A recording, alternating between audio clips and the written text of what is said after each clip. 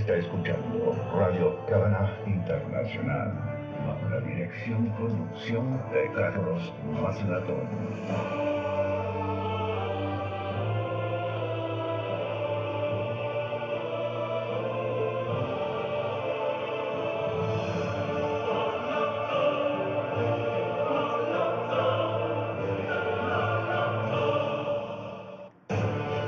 Usted está escuchando Radio Cábana Internacional, bajo la dirección y conducción de Carlos Maslatón.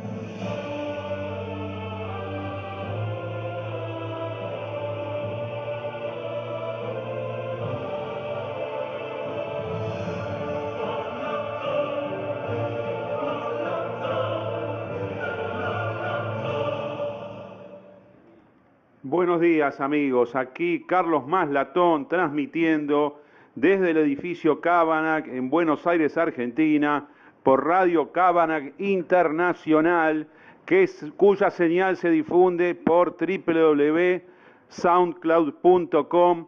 Carlos Maslatón, búsquenme así y me van a encontrar en el SoundCloud por Carlos Maslatón. Una vez que identifiquen la señal, guarden la URL en sus favoritos del navegador, sea este Firefox, sea Explorer o sea el Chrome de Google.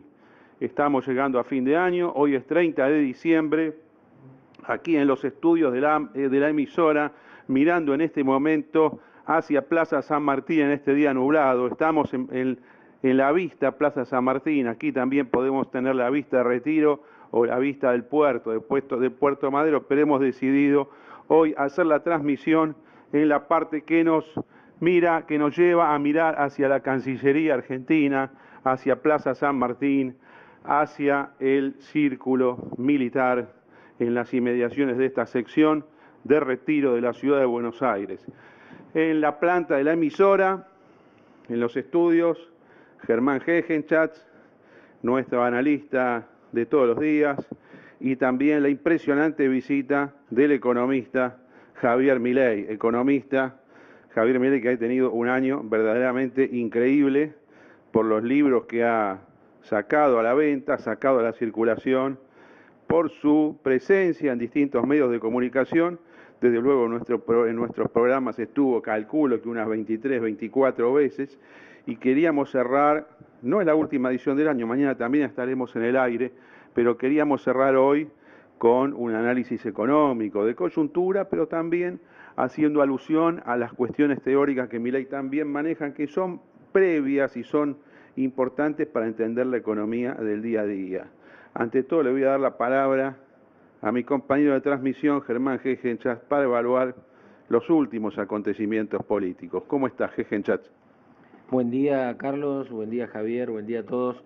Bueno, al final, ayer pasó por el Senado la ley que habíamos comentado respecto del acuerdo marco con China. Así que bueno, el texto me llegó a última hora, lo voy a analizar bien, el viernes publicaré algo al respecto en la página y lo podrán ver.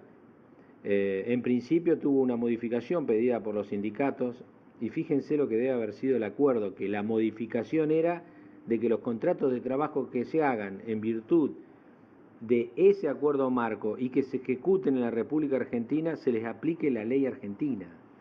O sea que el proyecto original tenía una prórroga de jurisdicción o la vigencia de una ley extranjera, o simplemente lo pusieron por prevención.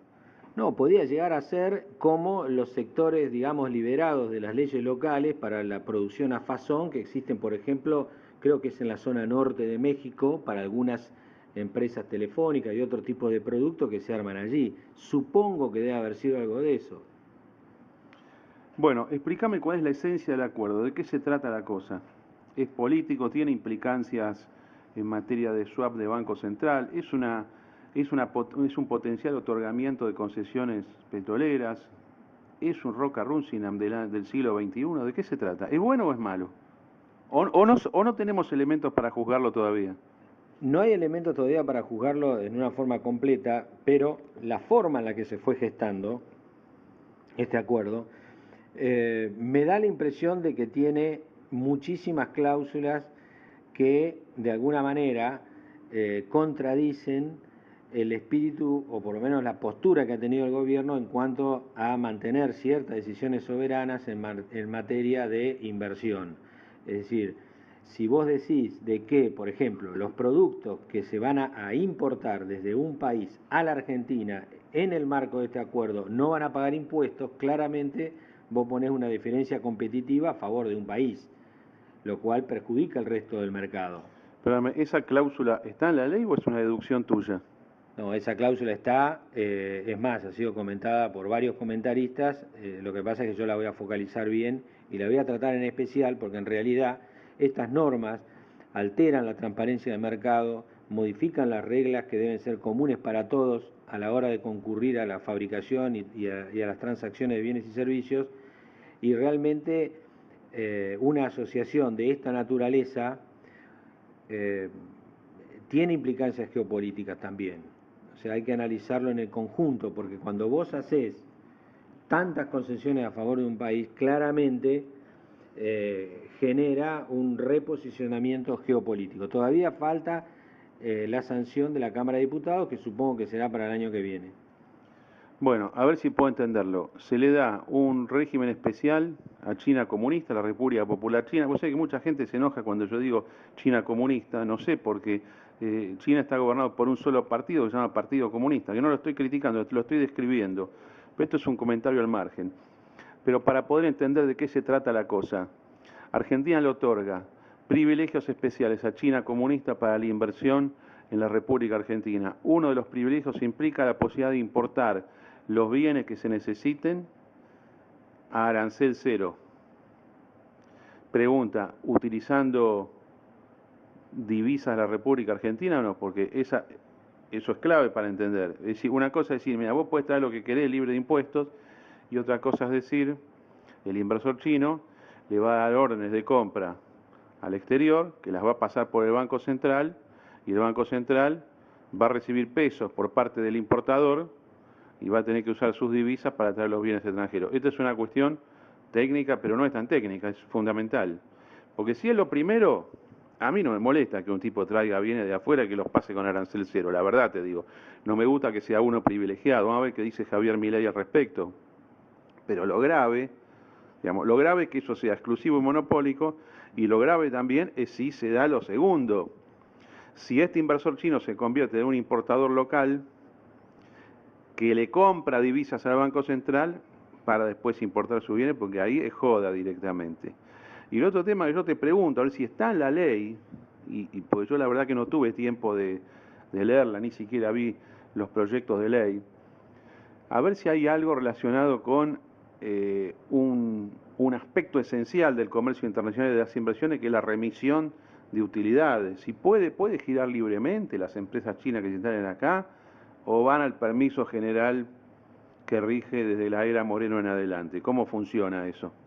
Bueno, respecto al detalle de cómo van a realizar los pagos, no lo tengo, pero cabe esperar de que entre dentro del acuerdo marco de swaps que han hecho hasta ahora y que está vigente hasta ahora. El otro tema es qué bienes se van a importar. No es que es un importador más de cualquier tipo de bienes, sino que lo que sucede es que todos los bienes necesarios para realizar o para llevar adelante las contrataciones que haga el Estado con China para ejecución de obras en Argentina estarían en principio libres de impuestos para ingresar esos bienes.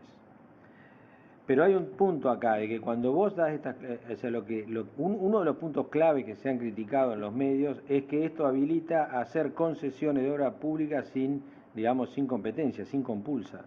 Es decir, asignar en forma directa obra pública, digamos, por el costado de las leyes de contratación del Estado en materia de obra pública. Y si hace servicios, también lo será respecto a la regulación de bienes y servicios, compra de bienes y prestaciones de servicios. Bueno, tenemos que ver este punto del giro de las ganancias, ¿eh? Esto es muy importante. A mí me da la impresión que va a haber privilegios al respecto también, porque si no, no se hubiese hecho el acuerdo. Es decir, alguien viene a condiciones de no competencia, pues para mí, cuando vos creás una zona especial o una región especial y decís determinada categoría de inversores puede venir, o gente de un país o empresas de un país pueden venir, esto es la negación del libre mercado. Argentina como que no pudo soportar el libre mercado, no le gustan las consecuencias del libre mercado, o a los que tienen el poder no les gusta que otros compitan y quieren dirigir ellos la cosa. Hay una pasión muy grande del kirchnerismo por la dirección de las impresiones. Yo nunca vi semejante cosa. Esto es un problema casi de tipo psicológico que ellos tienen. Para ellos lo que sucede en un país no tiene la capacidad mental de dividir entre lo público y lo privado. Para ellos lo privado que sucede debe tener previamente el permiso de ellos, el monitoreo y la conducción. Es una mentalidad de carácter totalitario, feudal, propio de la Edad Media. Lo que sucede en mi territorio va siempre con mi permiso. Y esto es lo que ha mostrado el Ministerio de Economía de la República Argentina de los tiempos de Moreno, heredado por Kicillof posteriormente. A mí todavía me cuesta mucho establecer cuál de los dos ha sido peor, ¿no? Pero los dos destructores de la economía argentina moderna son Guillermo Moreno y Axel Kicillof. Vamos a ver qué es lo que dice nuestro amigo, compañero aquí también, ¿por qué no?, de Radio Cábana Internacional, a ver qué es lo que nos dice sobre esto y en general sobre la economía. Vamos a hablar una hora entera, que es más de una hora. Vamos a ver si hacemos un programa muy sustancioso porque hay muchísimas cosas para hablar. ¿Cómo estás, Milei? Buen día, Carlos, buen día, Germán. Es un placer enorme estar con ustedes en esta nueva etapa. Y desde el punto de vista del acuerdo con China, yo, digamos, no lo he mirado, pero a la luz de lo que ustedes señalan y a la luz de la coyuntura macro por la cual atraviesa la Argentina, si yo tuviera que elegir una frase sería: la necesidad tiene cara de hereje. Es decir, básicamente Argentina tiene un problema fenomenal de divisas. Argentina tiene un déficit fiscal de 30.000 millones de dólares. Esto es año, quiere decir, sí, ¿no? Sí, en el año, ¿no? Digo, para sacar la cuenta de qué es lo que falta, digamos, para el 2015, ¿no? Entonces, digo, si quisieran mantener el actual esquema cambiario. Entonces, hay un déficit fiscal de 30.000 millones de dólares, hay vencimientos de deuda en torno a los 15.000 millones, eso da una necesidad de 45.000 millones de dólares, el sector privado tiene 5.000 millones de dólares que renovar, ahí estamos en 50.000, y la balanza comercial, que históricamente durante estos años ha venido siendo positiva, gracias al fuerte impulso que han dado los términos de intercambio. Para que se den una idea, los términos de intercambio explican más de 20.000 millones de dólares en este momento, con lo cual en algún momento llegó a ser 25.000 millones de dólares. Digo, esto para tener una idea del orden de Pero magnitud. estos 20.000, 25.000, yo ahora voy a hacer una reconstrucción de los números que vos tiraste porque me interesa entenderlos a fondo. Estos últimos 20.000, 25.000 que hablas de deterioro en los términos de intercambio, ¿es deterioro de qué con qué? No. Lo que digo es, durante esta década, las mejoras en los términos de intercambio aportaron, ponele, por año 25.000 millones de dólares. Eso quiere decir que, como consecuencia de la suba de aquellos productos que Argentina exporta, por año implicaba, con respecto a 10 años antes, más 25.000 millones de ingresos de divisa producto de los productos agropecuarios, de la soja. Exacto. Por ejemplo, si vos tomás los números de este año, ¿no?, que los términos de intercambio, digamos, como fue cayendo la soja y todo, digamos, ahora están un poco más bajos.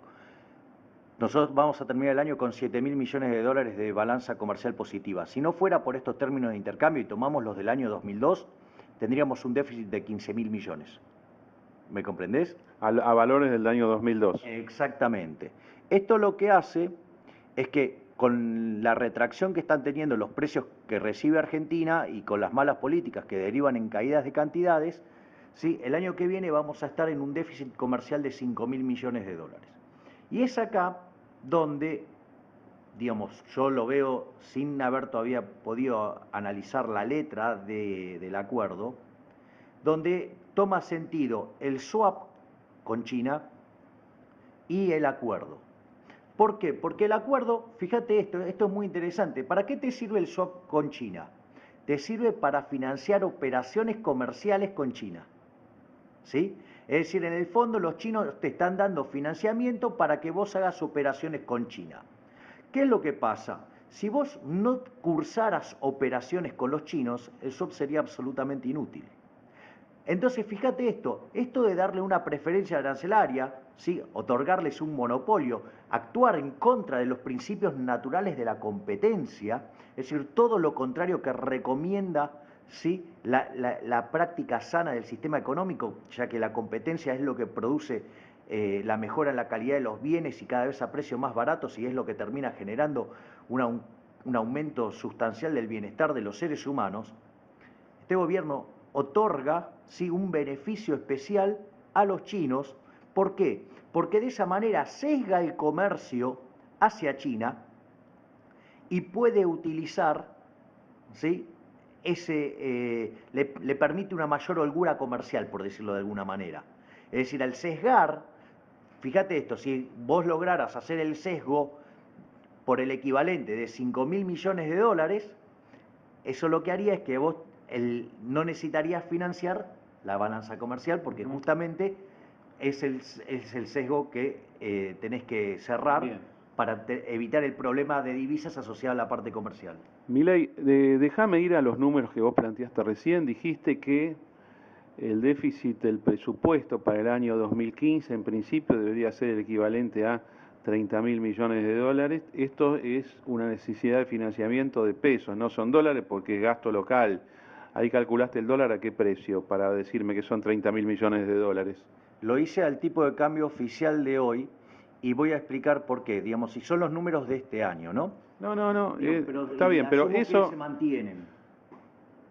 Eso yo te voy a hacer una observación sobre esos 30.000 millones de dólares, que básicamente son 250.000 millones de pesos, por lo que vos me acabas de decir. Me pongo del lado de defensor del gobierno y te digo, eso no es problema porque se emite plata, porque no son divisas. O sea, por ese lado estamos arreglados. Segundo, me lo contestás en racimo, los 15.000 millones de dólares sí son importantes porque es divisas. Los otros, porque vos diste una partida de 30.000 millones de dólares que son pesos, otra de 15.000 millones de dólares que son divisas y los 5.000 millones de dólares del sector privado que son divisas. Yo te digo, esto queda limitado a 15.000 más 5.000. Los 30.000 no me importa pues son pesos, yo los fabrico y de última esos 20.000 los cubro con cualquier enjuague que haga con China comunista. Por supuesto que las reservas del Banco Central, concebidas como reservas del Banco Central, en este contexto no tiene ningún sentido, porque como vos dijiste recién, el swap no es swap, es una línea de crédito en definitiva entre dos países. Ok, es muy interesante el punto que vos haces. Primero, el resultado operativo que tiene el gobierno, que es deficitario en 30.000 millones de dólares, el problema es que la mitad de esa factura es el déficit energético y hay que pagarlo cash y hay que pagarlo en dólares. Bueno, entonces ahí cambia un poquito. Bien. Ahí de los 30.000 de tu primer sección, 15.000 son divisas. Claro. Bueno. Entonces te quedan 15.000, ¿sí? O sea, vos tenías 45.000, 15.000 que son pagos de deuda, 15.000 que son pagos automáticos, digamos, de importaciones de energía, con lo cual, digo, los tenés que gatillar. Entonces me decís, bueno, quedan 15.000 millones que yo los puedo emitir. ¿Qué es lo que pasa? Cuando vos mantenés un esquema de tipo de cambio fijo, o semifijo, que como es este caso, cuando vos emitís dinero por encima de lo que se llama la emisión por sector externo, es decir, cuando comprás divisas, la contrapartida de aumentar el crédito interno es la caída de reservas. ¿Ok? Es decir, cuando vos mantenés tipo de cambio fijo, la emisión monetaria, ¿sí?, no te hace incrementar la cantidad de dinero en la economía porque el aumento del crédito interno se compensa exactamente con pérdida de divisas. Entonces, por eso es el valor de la cuenta hecha así, es decir, ok, si yo quiero mantener este esquema, ¿sí?, y voy a emitir, o sea, voy a tener corrida contra las reservas. Y el problema ahí radica es que el gobierno está muy contento festejando que tiene 31.000 millones de dólares de reserva o 30.000 millones de dólares de reserva. Ahora, cuando uno le saca esas reservas, los 8.000 millones de los bancos, salvo que estén pensando en manotear los depósitos, cuando le saca los 5.000 millones que se le deben... Para. Esos 8.000 son del público en realidad, son depósitos a plazo fijo que la gente constituyó en dólares. Bueno, pero el Banco Central los tiene anotadas como propias. Entonces, si vos tomás los 8.000 millones, vos tomás los 5.000 millones que se le deben a los importadores, ahí estás en 13.000. Los 3.000 millones que se le debe al Fondo Monetario Internacional por derechos especiales de giro, ahí estás en 16.000. Y tenés 2.400 de los swaps de China y 1.600 de los préstamos del Banco de Francia, ¿sí? Tenés 20.000 millones de dólares que no son nuestros. Ah, y a eso también tenés que restarle las cosas que hemos pagado de la deuda y que no se pudieron pagar, que también hay que sacarlas. Con lo cual, o sea, la situación de las reservas argentinas, las verdaderas reservas netas de libre disponibilidad, están debajo de los 10.000 millones de dólares. Es decir, la situación en términos de divisas es muy precario y con un déficit fiscal creciente que requiere cada vez mayores cantidades de emisión. Con lo cual, creer que uno puede mantener este sistema, la verdad es que sería un milagro. Ahora, ¿puede ocurrir? Sí, porque si no se cae la demanda de dinero, digamos, vos emitís y la gente está dispuesta a quedarse con los pesos, aun cuando se derritan como barras de hielo en el medio del desierto del Sahara, a pleno mediodía. Ok, bueno, viste, la verdad que este gobierno ha tenido una suerte enorme. Está bien, ahora Milei, esta, vamos a llamarlo así, redención que vos hacés de los números del Banco Central, claro, vos decís de los 30.000, 31.000 que están declarando, hay más de 20.000 que si vos tuvieses que poner las cuentas a cero, no pertenecen al Estado argentino, pertenecen a otros titulares. Lo más fácil de entender son los depósitos de la gente. Cuando se constituye un plazo fijo en moneda extranjera, ese plazo fijo, como no hay créditos en dólares, no hay que circular en el mercado, directamente los chupa el Banco Central porque se le ocurrió así, con lo cual lo que está haciendo el Banco Central es remunerando depósitos en dólares, ¿no? Cosa que tampoco hay que hacer. Quiere decir que los bancos están tomando por cuenta y orden del Banco Central. En una época había un cartel, vos eras muy chico, pero había carteles en la década del 70, donde los bancos tomaban plazo fijo antes de la ley 21.526 de Martínez de Oz, cuando era totalmente estatal el sistema bancario. Entonces decía, por ejemplo, plazo fijo 30, 60, 90 días, tomado, decía así, el depósito constituido es tomado por el banco, vamos a suponer, por el Banco de Galicia, por cuenta y orden del Banco Central.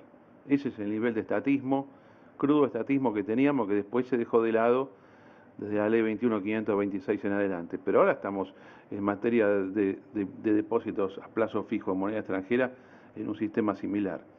Ahora, Peor, porque no está anunciado. Es peor porque no está anunciado.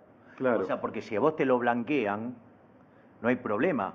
O sea, vos sabés el riesgo que estás tomando, pero vos estás haciendo el depósito en un banco, en dólares, entonces el banco, digamos, hace un encaje, digamos, en este caso, encaja casi el 100%. Pero no es un encaje, se lo toma el Banco Central, eso no es un encaje. Eso yo lo llamo de otra manera. Sí, se parece a un encaje, pero en realidad lo está tomando el gobierno argentino. Bueno, y eso después están obligados a depositarlo esto, digamos, son haciendos contables, ¿no? Están obligados a depositarlos en el Banco Central. Entonces, una parte de las reservas se constituye de los encajes de los bancos, pero claramente, como vos decís, Carlos, esa plata no es del gobierno argentino, es de los dueños de los depósitos. Entonces, digo, cuando los populistas que se encuentran al mando del régimen hablan de reserva, que sean claros, porque quizás, como han hecho un mamarracho de los derechos de propiedad, ¿sí?, y los han hecho flexibles a sus necesidades, que digan que parte de esa flexibilidad es apropiarse entonces de los dólares de la gente. Bueno, pero yo para continuar con este razonamiento, porque cada uno de los números que vos tirás, de los grupos de números que tirás, es tan apasionante que no los quiero abrir, pero considerados en conjunto, y yo nuevamente poniéndome en una postura pro-kirchnerista o de comprensión analítica de lo que el gobierno puede pensar, de lo que los conductores del Banco Central, Banoli y Kicillof en el Ministerio de Economía pueden pensar, dice, bueno, está bien, está bien. Yo te reconozco que esto es así, que de los 31.000 millones hay 21.000 que no son míos, pero ese momento donde yo tenga que devolver, redimir esos depósitos, ponerlos donde corresponde, nunca llega en la economía. Porque la economía es como un círculo donde vos nunca vas cumpliendo con todo. Bueno. No existe una situación, por ejemplo, en materia de préstamos en la economía. No existe un momento donde uno diga, bueno, todos los préstamos, si hubiese que devolverlo, vamos a hacer el juego de que hay que devolverlo, bueno, no se pueden devolver. Todos los depósitos bancarios, si se pueden retirar, no se pueden retirar porque no existe físicamente. Pero con toda la economía pasa lo mismo.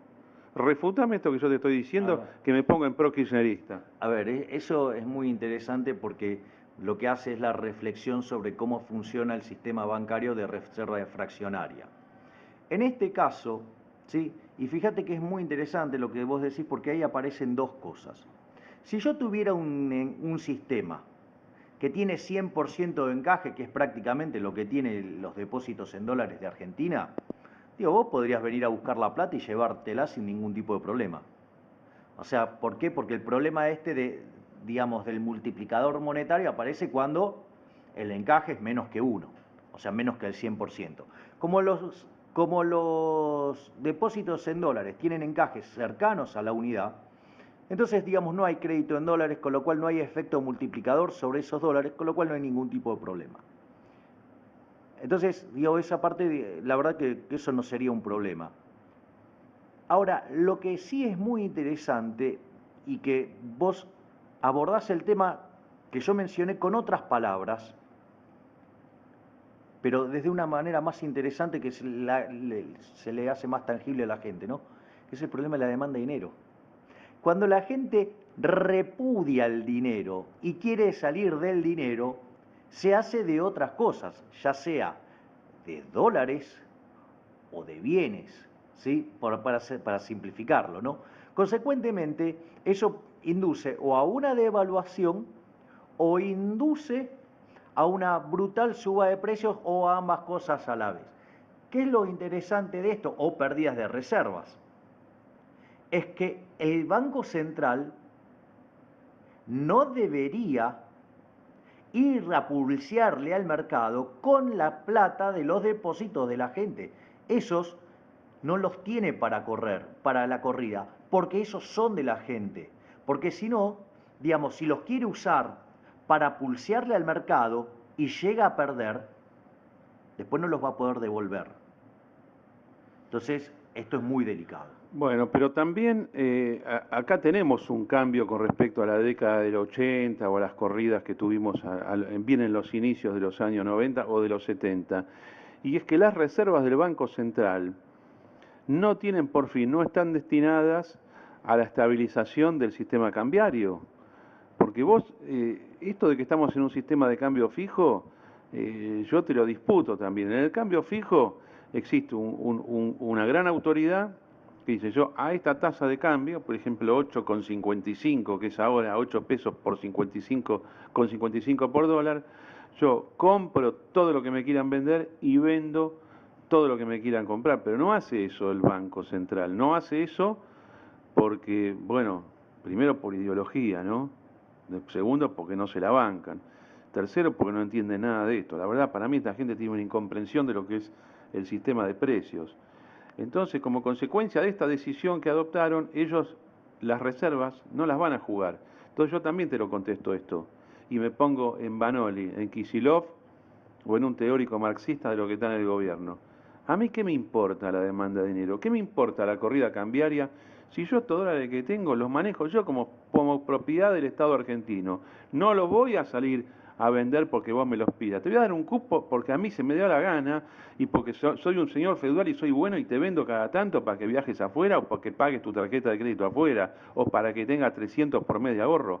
Pero esto lo manejo yo. Lo demás va al paralelo. A mí el paralelo no me interesa. Y ¿sabés qué? Me interesa el dólar paralelo. Llamo, los amenazo y lo mantengo más o menos aplacado. Este es el sistema. Son otras reglas económicas, no es que cambian las leyes económicas. Las leyes económicas existen siempre, son leyes naturales, pero ellos el manejo que hacen es distinto. Y el concepto reserva de Banco Central en estos modelos tiene un significado diferente de lo que es la reserva en un sistema de cambio fijo y por supuesto muy diferente de lo que son las reservas en un sistema de cambio flotante. No estamos ni en cambio fijo ni en cambio flotante, estamos en un sistema de cambio donde el Estado es dueño de todo, es dueño del comercio exterior, es dueño de las finanzas y maneja los cupos El Estado, cuando no deja que los precios sean reflejo de la oferta y la demanda, lo que hace es manejar cupos. Y así se maneja, cupos y permisos. A ver, el tema es el siguiente. Si vos controlás precios, no podés controlar cantidades y viceversa. El gobierno lo que está tratando de hacer es controlar el precio, poniendo un precio artificialmente bajo, y trata de controlar las cantidades, reprimiendo a la gente, amenazándola, tratando de meterla presa, persiguiéndola, tratando de sembrar el miedo, tratando de sembrar el terror. La verdad que eso, digamos, se ha implementado desde la época de Diocleciano, digamos, esto ha fracasado siempre, han sido siempre experiencias sangrientas y, digamos, la verdad es que esta gente lo que no entiende y no va a entender nunca es que el mercado es una abstracción, que las curvas de demanda y oferta son alegorías, pero lo que hay atrás son personas, individuos tomando decisiones. Es decir, digamos, lo bien que le haría a esta gente leer la acción humana de Mises, ¿no? Para que entiendan un poquito de qué va esta cosa. Pero sin embargo, ellos no entienden que detrás de todo esto está la gente tomando decisiones. Y como la gente, ¿sí? Digamos, toma las decisiones en su propio favor, digamos, porque salvo casos excepcionales la gente no se suicida, ¿sí? Toma decisiones que trata de preservar su patrimonio. Y esas decisiones hacen que después los números, ¿sí? Y los resultados no sean los que estos dictadores esperan. Consecuentemente, eso conduce a que estos, digamos, monigotes incrementen las características del sistema represivo, que es en el fondo de lo que hablaba Hayek en Camino de Servidumbre. Es decir, cuando aparece un resultado que es la expresión de los seres humanos, que es el mercado, y no le gustan, hablan de un fallo de mercado y consecuentemente generan una intervención. Esa intervención, ¿sí?, produce nuevos destrozos porque en realidad lo que está tratando es de violentar la voluntad de los seres humanos. Entonces, ¿qué es lo que pasa? Cuando fallan, no le echan la culpa a que son unos ineptos y que no entienden cómo funciona el sistema, sino lo que dicen es que en realidad faltó más intervención y eso conduce a mayor intervención. Por eso hoy tenemos el peso que tiene en el sector público de la economía, la aberración, y es decir, la contracara, ¿cuál es? La pérdida de libertades individuales, el destrozo de los derechos de propiedad. Argentina está, en los que tiene que ver con los índices de libertad económica, entre los peores países del mundo. Y esto no es menor, porque esto hay que ligarlo después con las cuestiones de crecimiento, y es que aquellos países que son libres son entre 9 y 10 veces más ricos que aquellos países que no lo son. O sea, aquellos países que respetan los derechos de propiedad, ¿sí?, que respetan a los individuos y respetan los derechos individuales, son 10 veces más ricos que aquellos que no lo hacen. Y Argentina se ha metido en el pelotón de los represores. Argentina es el país con, digamos, uno de los países con más regulaciones del mundo. Consecuentemente, si uno esto lo pone en términos dinámicos, hoy tenemos un PBI, ¿sí?, de 12.000, 13.000 dólares per cápita, cuando deberíamos tener uno de 33.000, después lo vamos a explicar. Pero si hacemos esto que estamos haciendo ahora, nuestro futuro es el de un país, de un PBI per cápita de 5.000. Es decir, todo este conjunto de políticas instauradas por el régimen K a manos de Moreno y exacerbadas por Kichilov, nos han puesto en el sendero de la pobreza más absoluta y extrema. Lo único que necesitan es tiempo nada más. Pero Milei, qué tentación impresionante que es el político dirigiendo la vida de los demás, ¿no? Es algo que yo lo tengo, bueno, de muchas décadas analizado, pero cada vez que hablo con las personas que tienen ambiciones de poder, como la mayoría cree que tienen que estar en el cargo, no para permitir que se desarrollen las personas con sus potencialidades, creando riqueza, sino diciéndoles qué es lo que tienen que hacer. Es algo tremendo.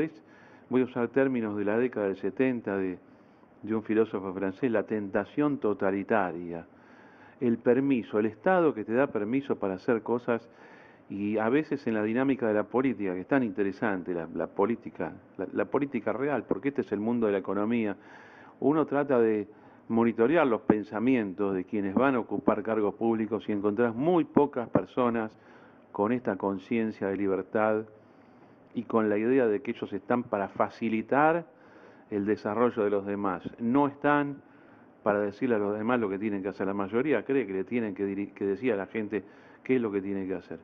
Yo en lo personal me siento, no es que me sienta mal desde el punto de vista político, de análisis político, me siento frustrado porque no puedo creer que algo tan simple como es crear riqueza, que es nada más dejar que la gente que trabaje lo que está en la política tampoco lo entiendan. Germán Gegenchatz. Bueno, esto que está diciendo Javier y Carlos es la médula del error, es decir, de creer de que la decisión de un político en particular puede ser más precisa, más exacta y más conveniente que la media de la elección de toda la comunidad, que no solo se limita a votar cada 2 años quién lo gobierna, sino que todos los días está votando cada vez que compra o deja de hacerlo, cada vez que hace un depósito o deja de hacerlo, quién le va a proveer un servicio y a qué precio, o quién le va a proveer un bien y a qué precio. Ese cúmulo de decisiones es una calificación que se le hace justamente a los que tienen mayores niveles de inversión en bienes y servicios y en fabricación de bienes también en un país. Entonces, la selección la hace el propio destinatario de esos bienes y servicios en un sistema más abierto que el actual, mientras que ahora quieren suplir esa decisión desde alguna oficina, ¿no?, donde quien decide no tiene más experiencia como consumidor que un consumidor individual, porque nunca puede ser un consumidor colectivo, y no tiene ninguna experiencia como productor de bienes y servicios, porque su remuneración no está atada a su eficiencia, sino al poder político que consigue en una votación. Está bien, pero eso yo te lo voy a confrontar con los casos de empresarios que sí tienen la conciencia que vos estás diciendo, que han estado muchas veces, o casi toda su vida, inclusive empresarios no prebendarios, que se meten en política y creen que tienen que dirigir al Estado como dirigen su empresa privada, cuando es una cosa totalmente distinta. La empresa privada del Estado. El Estado es una entidad burocrática, se maneja con reglas muy estrictas para dirigir la propia administración pública. La administración pública creen que tienen que dirigir la vida de los demás, y este es el gran problema, y los empresarios tienen la misma falla. Hay un tema que quedó, me parece, un poco en el aire en el momento de que vos hacías la contabilización, digamos, de las divisas que necesitaba el Estado argentino. Vos dijiste 15.000 millones para deuda externa. Y acá, tomando lo que decís, Carlos, que en definitiva ellos toman como un bien propio, digamos, todas las divisas que pueden llegar a tener el Banco Central, inclusive la que corresponden los depositantes, también han hecho eso respecto de las obligaciones de pago, es decir, las obligaciones que en realidad tiene el Estado argentino son de libre cumplimiento para esta concepción de gobierno. Entonces, te paga si quiere y si no, no te paga. Entonces, esos 15.000 millones de dólares, en principio, me parece que, digamos, a mí me parece que no va a haber ningún tipo de arreglo con los holdouts. Depositar para que después no sean transferidos los fondos lo van a dejar de hacer porque necesitan divisas. De hecho, creo que ya no lo hicieron, no llevaron más dinero al Bank of New York, y entonces quedaría nada más que para pago de deuda las obligaciones con lugar de pago, o sea, en moneda extranjera con lugar de pago en la República Argentina, lo cual debe ser bastante poco dentro de estos 15.000 millones de dólares, o cuando vos dijiste este monto, te referiste solamente a las obligaciones. Bueno, pero para, yo te hago una observación. Están las obligaciones que surgen de los canjes de deuda del 2005 y del 2010, pero además hay títulos de deuda emitidos localmente que son pagaderos en dólares y billetes, no en pesos convertibles a un determinado tipo de cambio. Por ejemplo, el BODEN 2015, que vence el 3 de octubre del año próximo, del 2015, que esos son 6.700 millones de dólares, eso hay que pagarlo sí o sí, que justamente lo que ellos intentaron, ofreciendo hace 2 o 3 semanas, que fracasaron olímpicamente, darle un bono más largo a quienes tenían el BONAR 24, del año 2024, a quienes tenían el BODEN 2015. En los 15.000 millones hay obligaciones que son ineludibles, que no se relacionan con los juicios de Nueva York y con, bueno, todas esas obligaciones que hay que pagar respecto de la deuda performing, ¿no? Así que hay un conjunto de cosas. Pero lo que vos decís, Germán, en cuanto a que en definitiva ellos sienten que pagan si quieren y si no quieren no pagan, esto es así, esto es así. Los tipos te pueden decir, mira, yo el Bodén 2015, sí, yo te lo pago, pero eso es muy interesante cuando vences, en medio de la campaña electoral. Es más, yo creo que de entre la primera y la segunda ronda electoral el tema. Es más, si ellos, sí, porque es 3 de octubre. A ver, ¿cómo es el cronograma del año que viene? El 25 de agosto más o menos son las PASO. La primera ronda electoral deberían ser 30 días después de las PASO. El tema es que me gustaría saber, ¿no? Porque impacta en la carrera electoral, es cuáles son las deudas en moneda extranjera que vencen antes de la primera vuelta electoral. Porque esas van a afectar sensiblemente la disponibilidad, digamos, y va a afectar la circulación interna nuestra, va a afectar precios, va a afectar un montón de cosas. Y después, justamente para la segunda vuelta, creo que vencía en la primera semana de octubre el... 3 de octubre. Sí. 3 de octubre. Eso es entre primera y segunda rueda electoral. Por ahí me equivoco, después lo vamos a chequear. Pero es todo un temita eso, ¿no? Es decir, la probabilidad de pago, yo digo, tiene que ver con que a Scioli o al oficialismo le vaya bien. Si alguien me dice, compro Bodén 2015, bueno, estás con Scioli, estás con el gobierno, y sí, y si no, no, porque me parece que nadie va a pagar nada. Si ellos les va mal en la primera rueda electoral, el país entra en el caos más absoluto. Yo voy a hacer algunas reflexiones, ¿no? Digamos, en términos de las fechas y todo. Yo entiendo el impacto visual que puede generar cuando uno ve ese momento en el cual al Banco Central le caigan 7.000 palos de reserva porque tuvo que pagar el Bodén. Ahora, yo digo, este es el mismo argumento que nosotros hicimos en el libro que salió el 3 de enero, el Política Económica contra el Reloj. Es decir, decían, bueno, acá hay tantas reservas, entonces me quedan tantos días, tantos meses, ¿no? Entonces, o sea, porque voy perdiendo, supongamos lo siguiente, supongamos que yo tuviera 1.000 de reserva y pierdo 100 por mes, entonces me quedan 10 meses. La verdad es que vos no vas a estar viendo caer las reservas y te vas a quedar en el molde. Es decir, el mercado cuando vea que el gobierno no pueda refinanciar, va a saber que se queda sin dólares. Digo, esta es la clave. Es decir, el gobierno no va a esperar a atacar el día que el Banco Central se quedó sin dólares, o sea, lo va a atacar antes. Entonces, digamos, eso es un tema no menor, es decir, el mercado va a estar, fíjate que uno está viendo que se empantana la cuestión de los holdouts y el tipo de cambio, el paralelo volvió a subir. Entonces, digo, los agentes, si ven que los números no dan, lo van a atacar. Ese es el primer punto. El segundo punto, y a mí me parece muy interesante lo que dijo Germán, y tiene que ver con que Argentina tiene un problema de solvencia. Muy distintamente de lo que afirma el gobierno, Argentina es un país insolvente.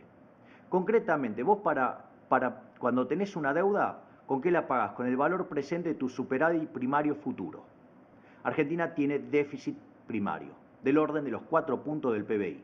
Argentina tiene una relación deuda-producto, ¿sí?, del orden del 40% del PBI.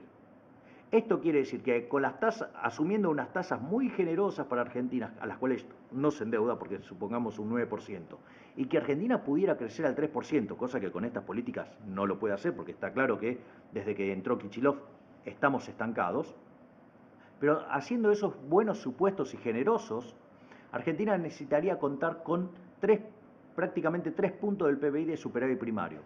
Es decir, que Argentina, para alcanzar las condiciones de solvencia intertemporal para poder repagar su deuda, necesita contar con 3 puntos del PBI de superávit primario.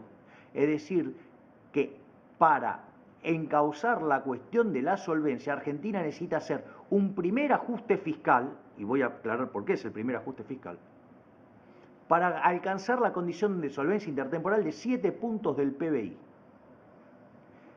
Es decir, este tema no es menor, o sea, porque si no, tarde o temprano vamos a defaultear.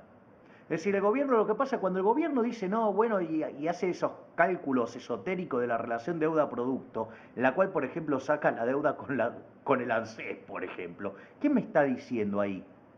¿Que no le va a pagar a los jubilados? Cuando saca de la deuda del Banco Central, ¿qué está diciendo? ¿Que me va a llenar la canasta con inflación? Bueno, mira, te quiero decir algo. Si yo fuese parte de un equipo económico, o fuese el vocero de un equipo económico con el permiso previo del ministro y del presidente, yo haría el neteo ese que vos decís que no hay que hacer.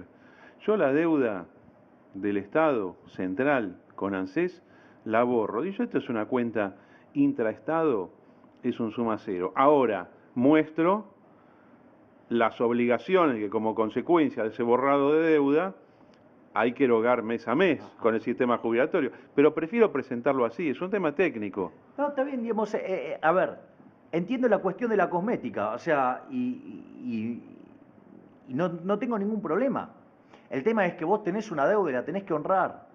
Y entonces, si vos no la Está honras... bien, pero es un gasto público corriente.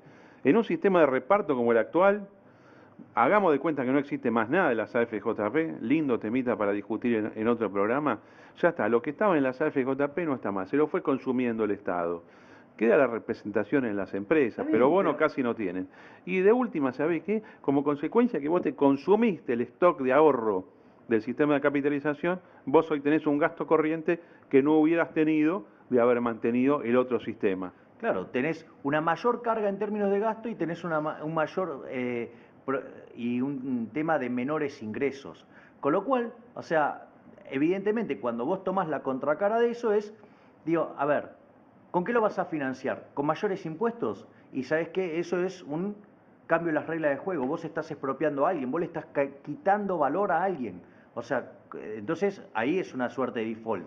Si vos vas a default abierto, también es default. Y si vos lo financiás con emisión monetaria, estás defaulteando a los tenedores de pesos. Es decir, lo que vos estás, o sea, ponelo la cosmética en el lado que quieras, pero vos lo que estás diciendo es, yo me voy, disculpen el término, me voy a cagar en la gente. O sea, o les rompo el culo con impuestos, ya sea explícitos o implícitos, como es la tasa de inflación, o con más deuda, que es se la transfiero a las generaciones futuras. Consecuentemente, estamos frente a un zafarrancho fiscal. Y esto es muy interesante porque supongamos que hacemos, y esto no lo dice ninguno de los economistas que están al lado de los políticos, y esto me parece terriblemente grave. En primer lugar, necesito un ajuste de 7 puntos del PBI para poner en caja la cuestión de la deuda, ¿sí? Para poder pagarla. Ese es el primer punto. El segundo 7 puntos del PBI. Sí, necesito un ajuste. O sea, hoy tenemos un déficit de 4 puntos, un déficit primario de 4 puntos del PBI, y tenemos que tener un superávit primario, ponele de 3. Yo estoy redondeando los números. Claro, es decir, lo mínimo para manejar un país como Argentina no alcanza ni siquiera el equilibrio, vos tenés que tener superávit para poder pagar la deuda e irla reduciendo, aunque sea. Exactamente, o sea, vos, digamos, eso es una cuenta técnica que el valor presente, digamos, para que el valor presente de los superávit futuros te dé eso que vos debes. Ahora, Milei, otra cosa que te voy a disputar en esta tan amable conversación que tenemos hoy, aquí en Radio Cábana Internacional, y es la relación deuda sobre PBI. Vos la has ubicado recién en el 40%. Yo te pregunto, decime cuánto es el PBI y decime cuánto es la deuda. Porque la deuda, que yo sepa, está entre los 270.000 y los 300.000 millones de dólares. Y el PBI no son 500.000 millones de dólares, debe andar cerca de los 300.000. Hagamos tipo de cambio real. A ver. Está bien, también tenés que tomar la deuda en pesos, también la tenés que poner en tipo de cambio real, ¿no? Pero es mucho más que el 40%. A ver. No alcanzas al 40%. El número es este. Vos, digamos, a números, a ver, yo lo hice a números oficiales para que, digamos, no haya una suerte de cuestionamiento de que uno le está haciendo el número para perjudicarlo. Entonces, básicamente lo que dije, ok, tenemos 270.000 millones de dólares de deuda. Tenemos un PBI informado de 600.000 millones de dólares. Pero ya lo sé, Carlos, ya lo sé. Acordate el economista Korenberg, con el cual vos mismo has hablado, Pero, Carlos, que yo dice estoy que de está, acuerdo. está 13% inflado. Los números del gobierno están inflados. En tipo de Pero cambio estoy- real ni quiero pensarlo. Pero, a ver, Carlos, yo estoy de acuerdo con vos. Lo que digo es, o sea, seguime la lógica del argumento mío. Si yo te doy todos los créditos en cosas que te estoy favoreciendo, ¿sí? Ya sea en términos de qué tomé adentro de la deuda, que pongo 270.000 millones de dólares en lugar de 300.000, que pongo un PBI más grande que el que verdaderamente sabemos que es, ¿sí? Y aún así necesita un ajuste de 7 puntos del PBI. Es decir, eso lo que te está mostrando es que Argentina es insolvente. Pero perdóname, 7 puntos sobre los números dibujados a propósito a favor del gobierno. Ni quiero pensar cuánto sería si vamos a los números reales, ¿no? Claro, ese es el gran problema. Ese es el gran problema. Lo que digo es, si con los números optimistas el ajuste que hay que hacer para alcanzar la solvencia es monstruoso, si lo hago con los números verdaderos, la situación es extremadamente delicada. Y este desastre lo ha gestado Kicillof con la presión tributaria más alta de la historia. Es decir, Kicillof es el peor ministro de Economía de toda la historia de Argentina, seguro. Y habría que ver si hay alguien que haya sido tan inepto en la historia de la humanidad. Porque ustedes lo que tienen que tener en cuenta, ¿sí? Es más, digamos, yo el otro día posteé el gráfico del contrafáctico de Argentina. Argentina debería tener un PBI per cápita de 33.000 dólares per cápita. Tenemos uno de 12.700. Sí, pero ponelo en términos, no es así, no son 12.700, deben ser menos de 8.000, porque vamos a tipo de cambio real, que Milei. Ok, entonces, digamos, la catástrofe es todavía muchísimo más grande. Es decir, la catástrofe es muchísimo peor. Entonces, a mí me parece... Perdóname, esos 33.000 es lo que hubiera sido de no haberse interrumpido el crecimiento que hubo hasta 1997, por ejemplo, hoy tendríamos 30.000, o estás partiendo de otras situaciones optimistas como para proyectar. No. Ahora voy a explicar cómo sale el cálculo. Si nosotros tomamos el PBI per cápita que teníamos en el año 98, pico de la última recuperación cíclica, que además tuvo crecimiento, ese PBI per cápita a dólares de hoy sería de 14.500 dólares per cápita. Es decir, ya bastante más arriba de el oficial y el que vos decís. Ahora, eso es si nos hubiéramos mantenido estancados. Sin embargo, si uno toma la tendencia de crecimiento que mostraba la economía argentina, ese PBI per cápita, hoy, si uno no hubiera hecho nada, pero nada, si hubiera quedado quieto y no hubiera cambiado en lo más mínimo el contexto internacional, ese PBI per cápita debería ser de 23.000 dólares. Ahora, no es cierto que no ha pasado nada. Acabamos de decir que hemos tenido los mejores términos de intercambio de la historia y las tasas de interés y condiciones financieras más favorables de la historia del país. Consecuentemente, yo ahí esa cuenta la hice desde dos métodos distintos y totalmente disímiles los métodos. El primer método lo hice trabajando con un estudio que hizo Robert Barro sobre crecimiento y que mide los impactos de los términos de intercambio, digamos, o sea, de las políticas económicas y esas cosas. Dado el contexto internacional que ha tenido Argentina, cuando uno incorpora eso, en lugar de tener un PBI per cápita tendencial, la tendencia se tendría que haber acelerado, y en lugar de tener 24.000, tendríamos que tener 33.000.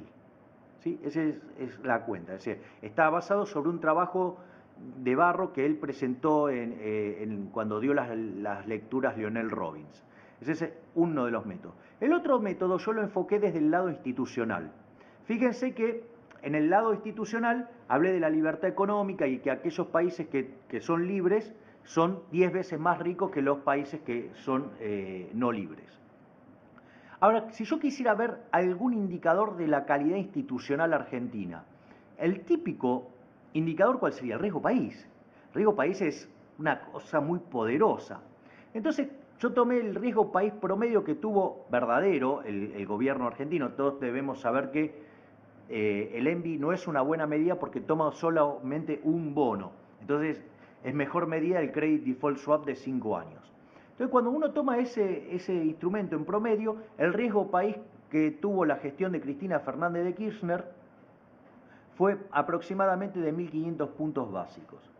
Eso hace que si Argentina, no estamos diciendo que hubiera hecho una cosa fabulosa, sino que hubiera hecho lo de los vecinos nada más. Pero vos, no es muy alto lo que me acabas de decir, 1.500 puntos básicos en el ENBI. Estoy hablando del Credit Default Swap, el promedio del Credit Default Swap de 5 años. O sea, ojo que el ENBI tenés solamente un instrumento, entonces es una medida que está distorsionada. Entonces, y esto es lo que verdaderamente vos cobrás para asegurarte de que Argentina no te pague. Entonces, cuando vos tomás ese número, te dan 1.500 puntos básicos. Eso hace que si vos hubieras tenido el riesgo, por ejemplo, no estoy hablando de que te hubieras convertido en investment grade, cosa que podríamos haber hecho y todo. Vos sabés que con el riesgo de los emergentes, los activos argentinos deberían valer 3 veces más. Si los activos argentinos valieran 3 veces más, eso implicaría que, digamos, la inversión que viene dada por el diferencial entre el valor de mercado contra el valor de reposición. Y eso, a vos te genera una cuasirrenta y eso te induce a invertir hasta que la cuasirrenta desaparezca. Esto, bueno, lo hemos hablado muchísimas veces en nuestros programas, Milei. La gente cuando es propietaria de bienes reales que valen más, que cuestan más dinero en el mercado, tiene una conducta más expansiva en la economía. Y cuando sus bienes reales, o sea, lo que tienen acciones, títulos, bolsa, las propiedades, valen menos, y vos tenés una actitud retractiva y recesiva, ¿no? Exactamente, ese es el punto, exactamente, vos lo leíste a la perfección, eso es lo que estoy diciendo. Si eso hubiera pasado, el stock de capital de la Argentina se hubiera triplicado, el stock de capital per cápita. Entonces vos fíjate esto, que cuando yo hago la cuenta por un método que tiene que ver con el método, digamos, tradicional en la teoría del crecimiento, contra el método basado en la cuestión financiera, ¿sabes cuánto tengo de diferencia entre un método y el otro? 1,5%. Es decir, el número es exactamente el mismo. ¿Por qué? Porque acá, digamos, también hay tantos brutos que hablan, no, porque la economía, el lado real. Muchachos, que alguien les cuente que existió una persona que se llamaba Luca Paciolo, ¿sí? Que inventó la partida doble y que del lado, cuando hay algo en el lado real, tiene que haber del otro lado una contrapartida monetaria. Entonces, ¿qué es lo interesante del método? Que yo lo medí por el lado real y lo medí por el lado financiero. Y la verdad es que yo mismo me sorprendí que la diferencia sea 1,5 puntos porcentual. Yo esto lo hablé el otro día al aire con Daniel Estico, digamos, gran economista, gran persona, un conocedor de los datos fenomenal. Cuando le digo que los activos deberían valer 3 veces más, él solo se dio cuenta y dije, pero entonces eso mapea perfectamente con que te deberías tener casi el triple de PBI. Sí, además hay una cosa, el tema del crecimiento en el valor de los activos, cuando vos entras en un proceso expansivo de estas características, un proceso positivo, no es respecto de lo que existe, sino también respecto de lo que va a existir o puede existir. Es decir, si vos hoy tenés 60 empresas públicas, que son sobre las cuales vos haces tu medición, cuánto vale YPF, cuánto vale Banco de Galicia, Macro, Telecom. Si vos tuvieses un mercado de capitales, podrías quintuplicar la cantidad de empresas cotizantes, con lo cual ahí también tenés una creación desde cero de la riqueza. Ni hablar de las fábricas sobre territorio, ni hablar sobre las construcciones. Por eso es tan importante dejar que los precios se manifiesten en la economía. Vos cuando tenés libertad de precios, yo le doy muchísima importancia a eso, Milei, te lo dije muchas veces, más inclusive que al tema fiscal. Cuando vos dejás que los precios se manifiesten, vos entrás en una expansión que es muy difícil de voltear. Te tenés que preocupar por lo que crecés, no por lo que no crecés, no por la recesión. Schatz. Sí, lo que pasa es que, bueno, cuando vos permitís la libertad de precio, lo que hacés es abrirle el micrófono al mercado. Es decir, así como existe la libertad de prensa, existe la libertad de precios, que es a la economía lo que es la opinión a la política. Es decir, la política se achica cuando uno no puede opinar y la economía se achica cuando a vos te quitan la posibilidad de elegir, que es básicamente eso lo que genera distintos precios. Está bien, pero vos fijate qué inutilidad, y yo aprovecho tu lindo comentario para hacer una reflexión política. Qué inútil que es el político que siente que se degrada cuando la economía crece. Porque el político es experto en vender las cosas. Se tiene que plantear y decir, miren lo que hemos logrado con nuestra política, los indicadores espectaculares, fuimos nosotros. Es más, el mercado sí lo hizo el mercado, pero gracias a nosotros. Si no lo hubiéramos permitido, no. El político es experto en sacar rédito, pero el problema es que no comprenden este proceso. No entienden lo que vos estás diciendo, Germán. No, pero además, o sea, el tema es el siguiente, es decir, no existe el mercado sin Estado ni el Estado sin mercado. Cuando esas cosas se coordinan bien, tenés la sensación de riqueza, que es algo de riqueza futura, que te determina las relaciones del presente en economía. Entonces vos creés que va a haber riqueza futuro, entonces corres a apropiarte de esa riqueza futuro, invertís, laburás, te formás. Es decir, ahora, cuando vos no sos dueño de la posibilidad de apropiarte de la riqueza, ni presente porque te revientan impuestos, ni futuro porque tenés una expectativa planchada, y bueno, entonces, ¿qué presente tenés y qué futuro tenés? Entonces, el tema para mí, el tema de, digamos, de entender al mercado como una parte, digamos, en donde tiene que haber libertad para poder expresar, digamos, a través de la libertad de precio las decisiones de los particulares, es la única forma de vos poder optimizarlo. Y la política debe garantizar eso en vez de ser una amenaza.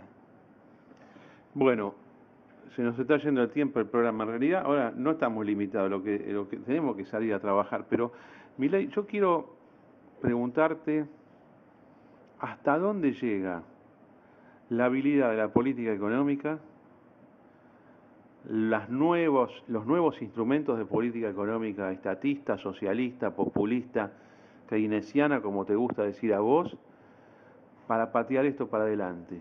¿Cuáles son las habilidades? Porque me parece que son mucho mayores, combinadas con un buen manejo político, la capacidad de sujetos como Kicillof, Moreno en su momento, para tirar esto para adelante, para que no revienten, son mayores de las que teníamos hace 25 o 30 años.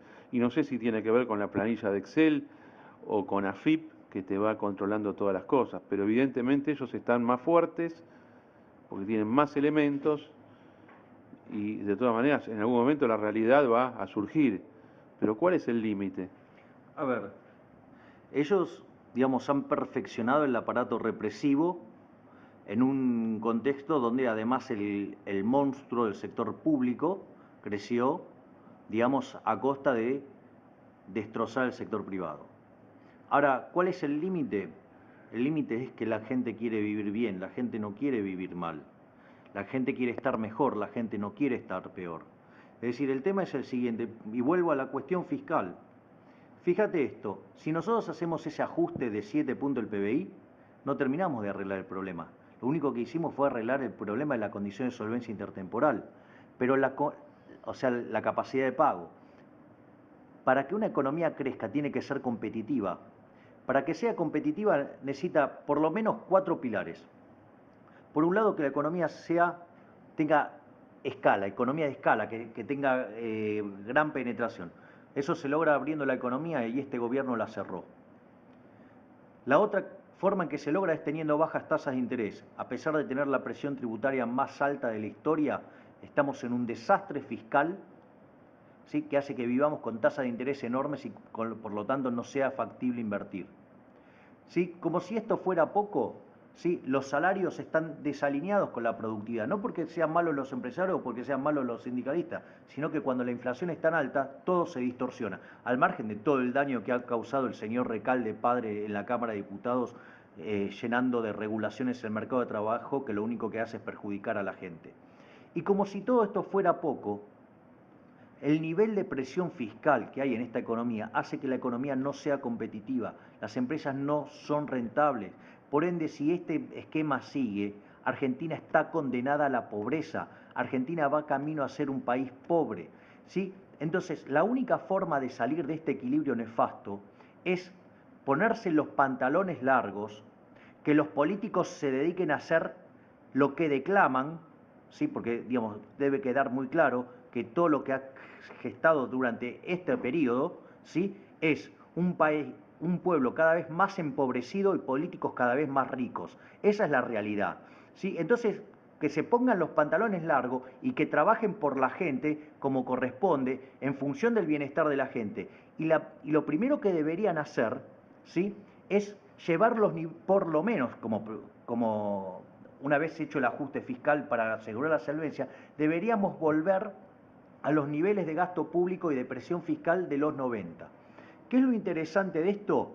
Que si uno hiciera esto, la tasa de crecimiento de Argentina podría acelerarse en términos per cápita a niveles del 7 u 8%, ¿sí? Y en el lapso de aproximadamente 10 años, ¿sí?, podríamos ir a un nivel de PBI per cápita de $35.000, es decir, recuperar lo que perdimos Un gracias... 7 anual acumulado, Sí, ¿en cuántos años doblás el PBI? En 10 años. En 10 años. En 10 años, vos con tasas de crecimiento del 7%, se llama la regla del 70, ¿sí? Vos tenés que hacer 70 dividido la tasa y te da en cuántos años duplicás. Entonces, si vos creces al 7%, 70 dividido 7 te da 10, o sea, en 10 años duplicaste el PBI. Quiere decir que una persona en 30 años, por ejemplo, de sus 20 a sus 50 años, puede haber triplicado su nivel de vida tranquilamente. Sí, absolutamente. Es más, se puede hacer en una década, porque yo estoy usando un supuesto muy, muy conservador acerca de la evolución del tipo de cambio real. Está bien. Y si yo te agrego el elemento efecto riqueza que se genera como consecuencia de que lo que vos tenés vale más, Es que ese proceso... ya no estás triplicando el nivel de vida. En la práctica es mucho más lo que podés conseguir. Exactamente, o sea, vos podrías entrar en un círculo virtuoso donde acelerarías la convergencia. O sea, pensá que yo en ese ejercicio fui muy conservador y asumí que cerramos el gap con el tipo de cambio de equilibrio de PPP en 1/3, cuando por ejemplo nosotros en los 90 estábamos a PPP. ¿Qué quiere decir esto? ¿Qué es lo que vos estás diciendo? La convergencia al tipo de cambio de equilibrio va a ser muchísimo más rápida. Entonces el valor de la riqueza va a ser muchísimo más alta. Es decir, y eso lo que va a hacer es que el proceso de crecimiento se extienda mucho más en el tiempo. O sea, digamos, lo puedas estirar muchísimo más. Y te diría que en 50 años podríamos volver a alcanzar a tener un PBI per cápita similar al que teníamos en términos de Estados Unidos hace 60 años. Hace 60 años éramos igual que Estados Unidos, Teníamos, en ingreso por habitante, digamos. Claro, teníamos un PBI per cápita que era 97% del de Estados Unidos. Hoy tenemos menos del 20 al tipo de cambio oficial y vamos camino a menos del 10, convirtiéndonos en un país pobre. Milei, ya a nivel profesional, personal, ¿qué planes tenés para el año que viene? ¿Vas a estar en lo académico? ¿Vas a estar en los medios? ¿Tenés pensado algún tipo de participación en alguno de los equipos económicos de los que van a competir para el próximo año, para las elecciones del 2015? ¿Cuál es tu plan de vida? Y por favor recordarnos tus libros, ¿dónde se pueden comprar? Continuamente tenemos consultas al respecto. Yo sé que vos tenés una política que los libros no se regalan porque se valora lo que se paga. Exacto. Como los psicólogos, ¿no?, que te cobran la sesión porque para ahí es como que vos decís, bueno, voy a usarlo para mejorar. ¿Dónde se consiguen tu libro? Y resumime tu plan de vida del año próximo. El plan de vida profesional, sí, personal no importa, ¿no? Sí, a ver, el libro, digamos, o sea, tanto Política Económica Contrarreloj como Lecturas de Economía en tiempos del kirchnerismo se pueden comprar en Mercado Libre, ¿sí? Ustedes se meten en Mercado Libre y los pueden comprar y se los envían a la casa. Y se pueden comprar en Macondo, lugar de libros, que está en Salguero 1833.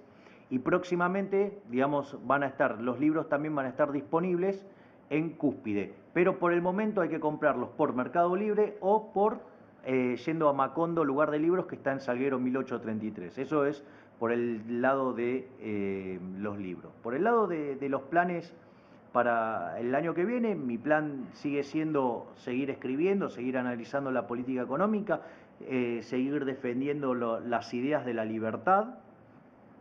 Y ahí, por ejemplo, en enero, ¿sí?, digamos enero o principio de febrero, va a estar siendo publicado un libro de políticas públicas del doctor Ricardo López Murphy, donde hay un capítulo dedicado al crecimiento que lo escribí yo y se llama El sendero de la decadencia argentina, donde explico que todo el mundo está atemorizado por la crisis que puede dejar el kirchnerismo, y yo demuestro que eso es lo menos grave.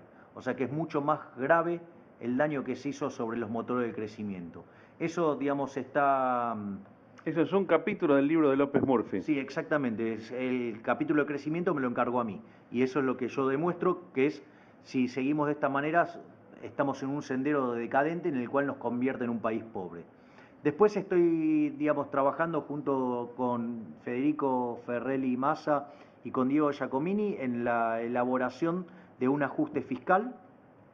Es decir, nosotros consideramos que Argentina, con estos niveles de presión tributaria y estos niveles de inflación, digamos, y estas pésimas condiciones de solvencia, Argentina le depara un futuro deplorable, con lo cual lo que nosotros estamos haciendo es hacer un programa de ajuste fiscal donde demostramos que además que las políticas de shock, lejos de ser perjudiciales para la gente, o sea, son beneficiosas porque acelera todavía mucho más la tasa de crecimiento, que es, digamos, esta cuenta que yo te acabo de contar. Esto significa, el ajuste fiscal no es recesivo, es expansivo. Exactamente, claro que no es recesivo. O sea, no solo que no es recesivo, que además es expansivo. Es más, fíjense esto, si yo hago un recorte de los subsidios, ¿sí?, de los subsidios económicos, fíjense que yo hago una redistribución del ingreso desde los que más tienen, que son los beneficiarios de los subsidios,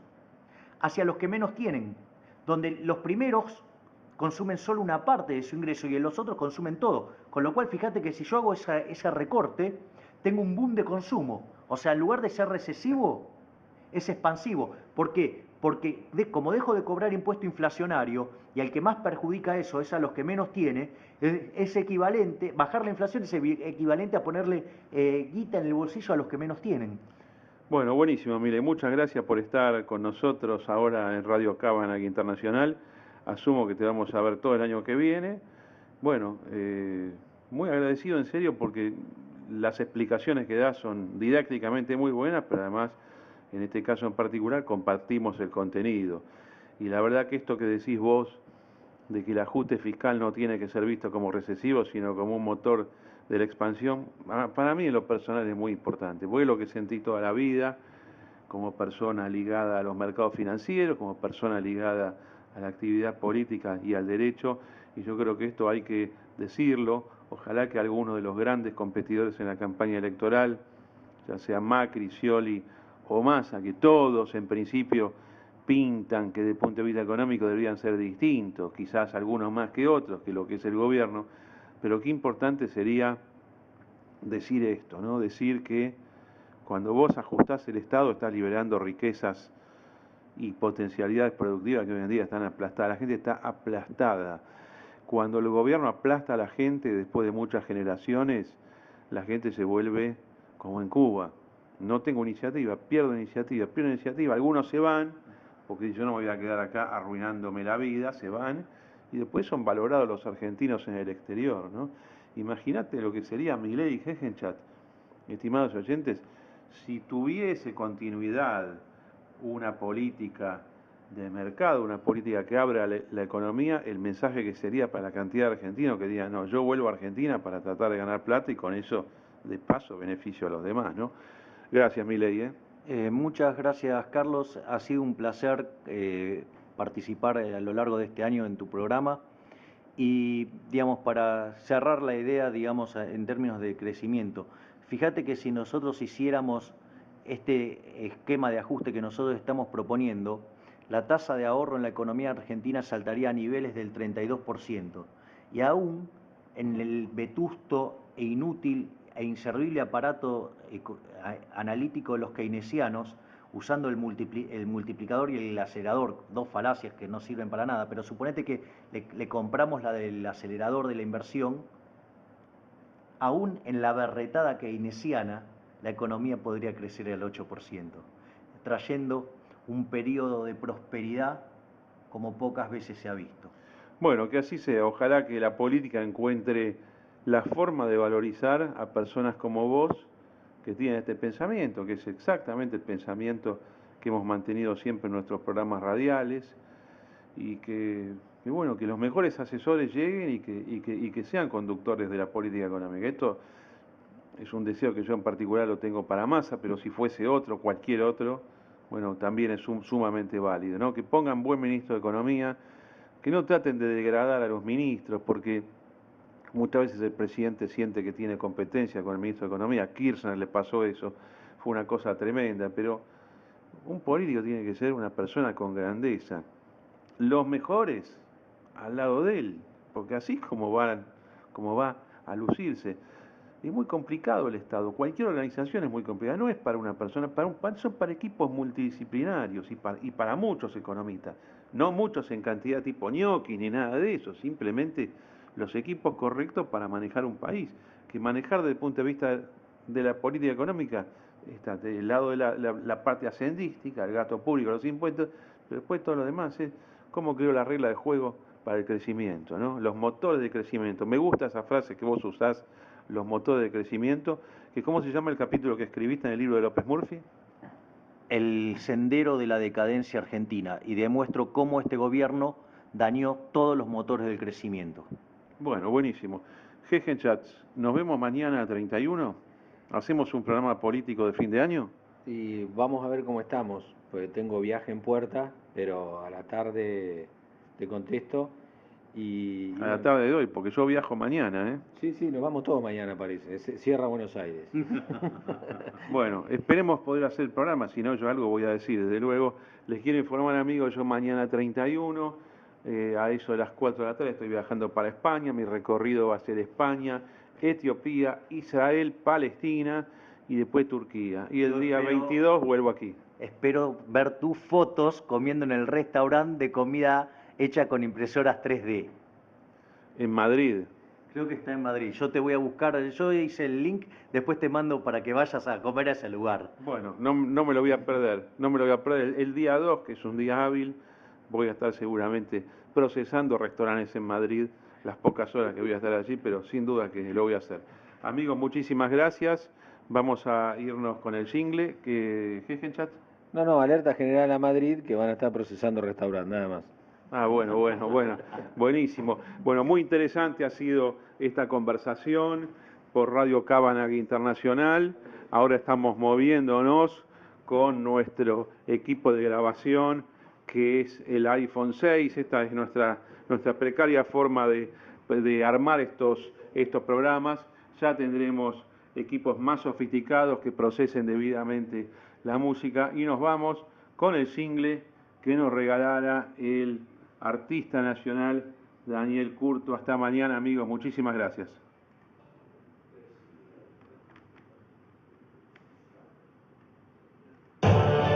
Usted está escuchando Radio Cabanag Internacional, bajo la dirección y conducción de Carlos Maslatón.